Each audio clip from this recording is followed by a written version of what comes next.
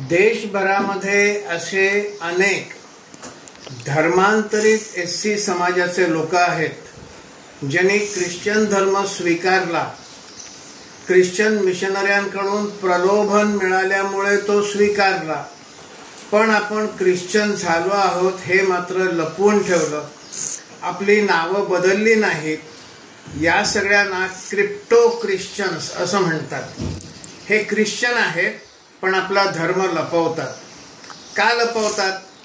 तर आपल्या कायद्याप्रमाणे हिंदू धर्मातून अन्य धर्मात गेलेले एससी समाजातले लोक, याला शीख आणि बौद्ध हे मात्र अपवाद आहे। या धर्मांतरित झालेल्या मंडळींना एससीचं आरक्षण आणि अन्य सुविधा एससी म्हणून मिळत नाहीत, कारण ती फक्त हिंदू, बौद्ध आणि शीख यांच्यासाठी आहेत। असे क्रिप्टो ख्रिश्चन्स हे आयुष्यात सगळ्या ख्रिश्चन धर्मातले नीतिनियम पाळतात, विवाह ख्रिश्चन पद्धतीने करतात, मृत्यूच्या नंतर अंत्यसंस्कार हे ख्रिश्चन पद्धतीने करतात, ते चिता देत नाहीत, जमिनीमध्ये पुरतात आणि त्यांचं थडगं बनतं। असे हे जे सगळे क्रिप्टो ख्रिश्चन्स आहेत, अशी काही प्रकरणं अलीकडे उघडकीला आलेली आहेत।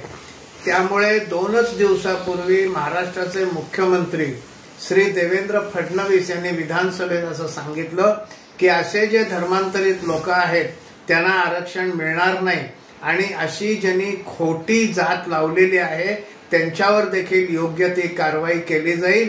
ही एक फार चांगली भूमिका मुख्यमंत्र्यांनी घेतलेली आहे, याबद्दल त्यांचं खूप खूप अभिनंदन।